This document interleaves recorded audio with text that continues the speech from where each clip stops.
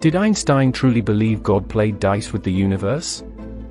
Dive deep into the intersection of science and spirituality, as we explore the mind of the genius who sought the code of the cosmos and the divine within it. Chapter 1: The Enigma of Existence, 1879. In the quaint city of Ulm, nestled within the kingdom of Württemberg in the vast German Empire, the year 1879 witnessed the birth of a child who would forever change our perception of the universe, Albert Einstein. As the bells of Ulm Minster echoed through cobbled streets, none could predict the cosmic riddles this child would one day unravel. Yet, beyond the science and the fame, a deeper question lingered in the tapestry of his life. How did Einstein's understanding of God and mysticism evolve? Today, we embark on a journey, a voyage through time, seeking answers to this enigma, exploring the melding of a scientific mind with a soul yearning for the mysteries of the cosmos. Chapter 2: Early Influences, 1880 to 1890. The 1880s, Munich streets buzzed with the vibrancy of the industrial age. Here, a young Einstein, with curious eyes and an inquisitive mind, grew amidst the traditions of his Jewish heritage. But Munich offered more than just the melodies of daily life, it provided the canvas for Einstein's first intellectual awakenings. Guiding him through these formative years was Max Talmud, a young Jewish medical student with a passion for knowledge. Their meetings, framed by the dim light of evening lamps and the aroma of fresh parchment, became sessions of enlightenment. Talmud introduced Einstein to the world of philosophical thought, stirring questions about the universe, existence, and the divine. These early influences, subtly interwoven with the threads of philosophy and faith, were the genesis of Einstein's lifelong dance with mysticism. Chapter 3: The Language of the Universe, 1915 to 1919. As the world grappled with the horrors of the Great War, from the trenches of Flanders to the desolate landscapes of the Eastern Front, another profound transformation was silently unfolding in the realm of thought. In the quiet confines of his study, amidst the chaotic backdrop of 1915, Einstein was scripting a new language for the cosmos. It was a language that spoke not of linear predictability, but of the curves of space-time, of the warping effects of gravity, and of the dance of planets, stars, and galaxies. This was the theory of relativity. In Einstein's view, the universe wasn't a haphazard jumble of celestial bodies. It was a symphony, an elegant tapestry of interconnected events, unfolding with a grace that could be described by his equations. His vision was of a harmonious universe, where the vastness of space and the tick of time were intertwined, bound by the same fabric. Yet, like all revolutionary ideas, relativity needed its moment of reckoning, its trial by fire. And that moment came in 1919. Sir Arthur Eddington, an astrophysicist with a penchant for the stars, embarked on a daring expedition. Armed with telescopes and a spirit of discovery, he ventured to the island of Principe off the west coast of Africa, aiming to capture the solar eclipse. His goal? To observe the bending of starlight around the sun, a prediction of Einstein's theory. And as the skies darkened on that fateful day, and the moon veiled the sun, Eddington's observations revealed the truth: starlight did bend, just as Einstein had predicted. The news spread like wildfire. Newspaper headlines hailed the triumph of Einstein's theory, and a scientist from Germany, working in the shadows of war, was catapulted to global stardom. In the interplay of shadow and light during that eclipse, a new chapter in our understanding of the universe was penned, confirming Einstein's belief in a universe that spoke a language of beauty, elegance, and harmony. Chapter 4: Spinoza's God, 1920. As the Roaring Twenties dawned, a decade of jazz, flappers, and newfound freedoms, the intellectual world, too, was abuzz with revolution. Einstein, by now a beacon of scientific thought, found himself drawn not just to the equations of the cosmos, but to the philosophical musings of a 17th-century thinker, Baruch Spinoza. The serenity of Spinoza's pantheistic view, a belief in a God that was synonymous with nature itself, resonated deeply with Einstein's own sentiments. Spinoza's God wasn't a being who played dice, but an all-encompassing force, a harmonious universe in which everything had its place.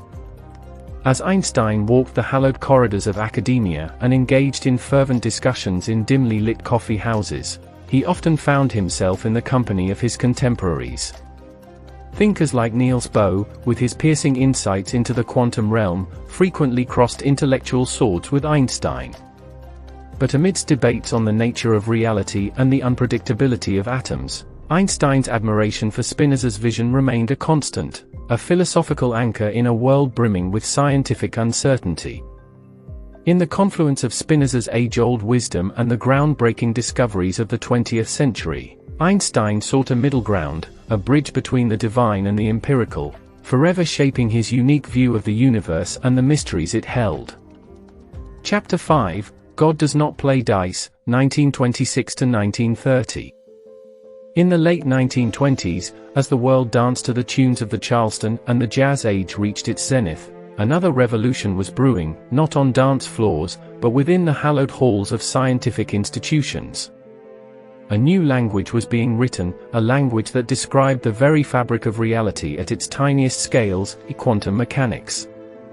As Niels Bohr in Copenhagen, Werner Heisenberg in Leipzig, and Erwin Schrödinger in Zurich penned groundbreaking theories, the atomic world was revealed to be a place of probabilities, uncertainties, and inherent unpredictabilities.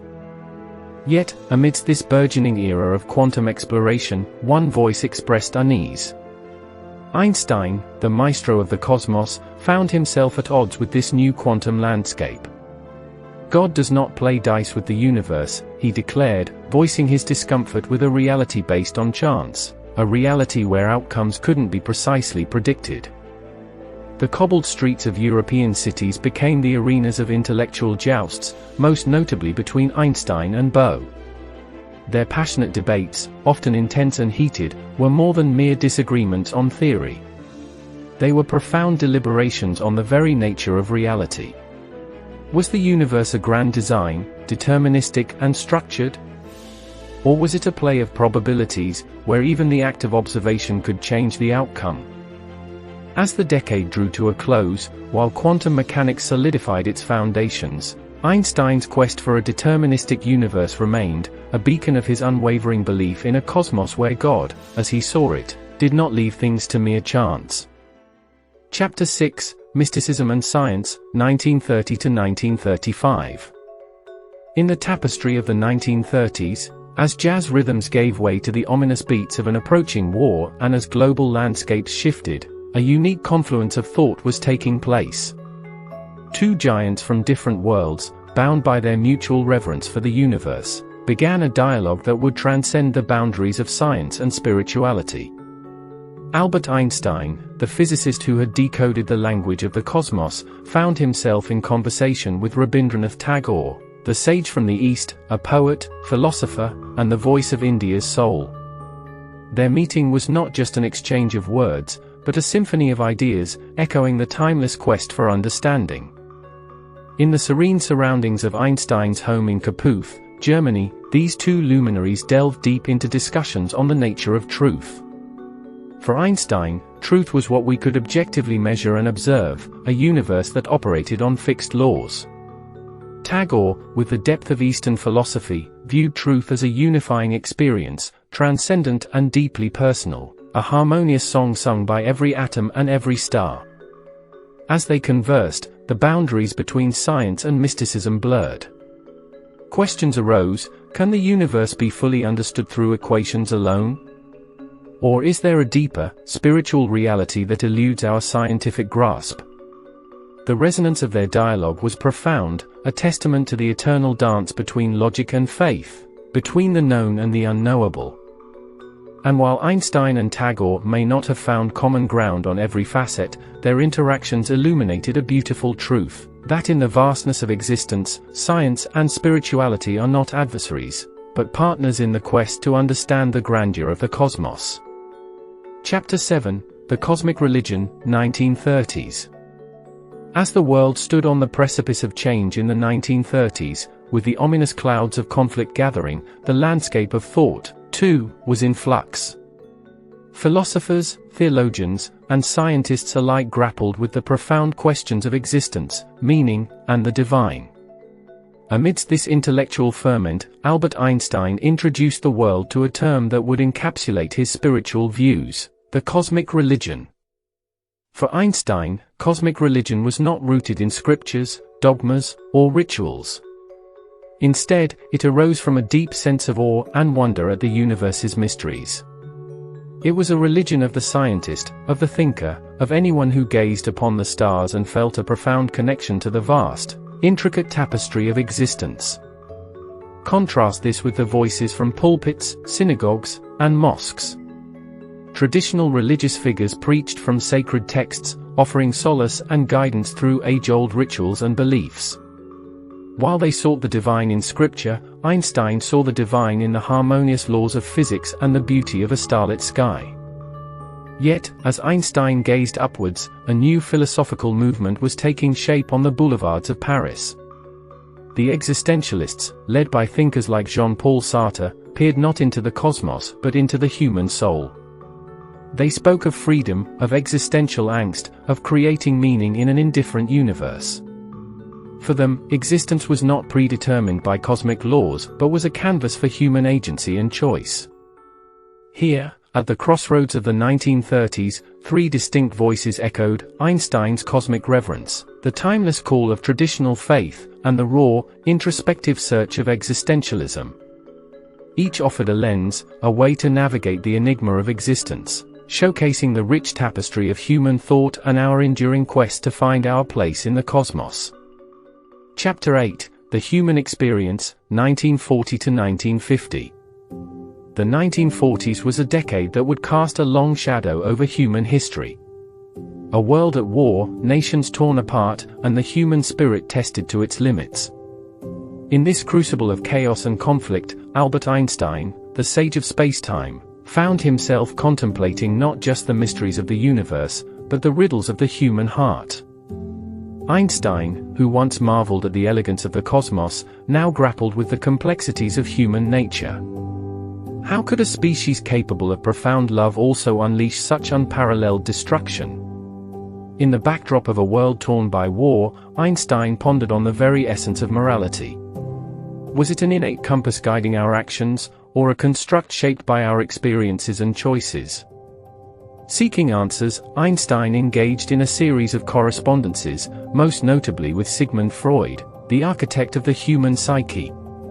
Their letters, a bridge between the realms of physics and psychoanalysis, delved deep into the roots of human aggression, the lure of war, and the fragile hopes for peace.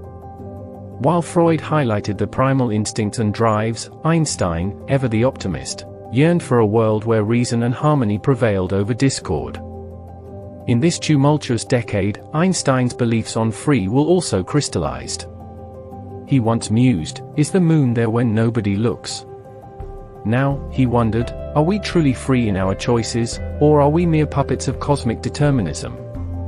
For Einstein, the universe, with its predictable laws, seemed at odds with the idea of unbridled free will. Yet, the unpredictability of human actions, especially in the theater of war, posed a compelling counterpoint. As the world transitioned from the devastation of World War II to the cautious hope of a new decade, Einstein's reflections on the human experience became ever more poignant. In a universe vast and indifferent, he saw humanity's dual potential, to be both the poet and the destroyer, the dreamer and the disillusioned. Chapter 9: Einstein's Legacy, Wonder, Science, and the God Question, 1955. In the gentle embrace of April 1955, the world mourned the passing of a luminary. Albert Einstein, the physicist who redefined our understanding of space and time, departed from our realm. Yet, his legacy wasn't confined to the boundaries of scientific journals or classrooms. Einstein's musings bridged the worlds of science and spirituality, presenting a harmonious dance of logic and wonder. Einstein once professed, "The most incomprehensible thing about the universe is that it is comprehensible." His scientific endeavors were not just about decoding cosmic secrets, but also about seeking a deeper, spiritual order to the universe. He bequeathed a worldview where analytical equations harmonized with profound reverence for the cosmos. Today, Einstein's perspective resonates across disciplines. Physicists like Brian Greene echo the sentiment that science is both a perspective and a profound way of life. Philosophers and theologians derive inspiration from Einstein's synthesis of the analytical with the intuitive. Leaders across faiths recognize in Einstein's writings a testament to the potential harmony between scientific inquiry and spiritual faith. Yet, as Einstein's equations continue to shape modern physics, it's his spiritual odyssey that offers a deeper reflection. Amidst the vastness of the cosmos lies an eternal riddle, one that has perpetually intrigued humanity. In our quest for understanding, every revelation births more questions, every discovery uncovers deeper mysteries. Einstein's journey serves as a poignant reminder of this dance between light and shadow, the known and the unknown. His legacy, intertwined with curiosity and reverence, compels us to continue our voyage through the cosmos. With every step, we not only strive to understand the universe's fabric, but also seek our place within its vast tapestry.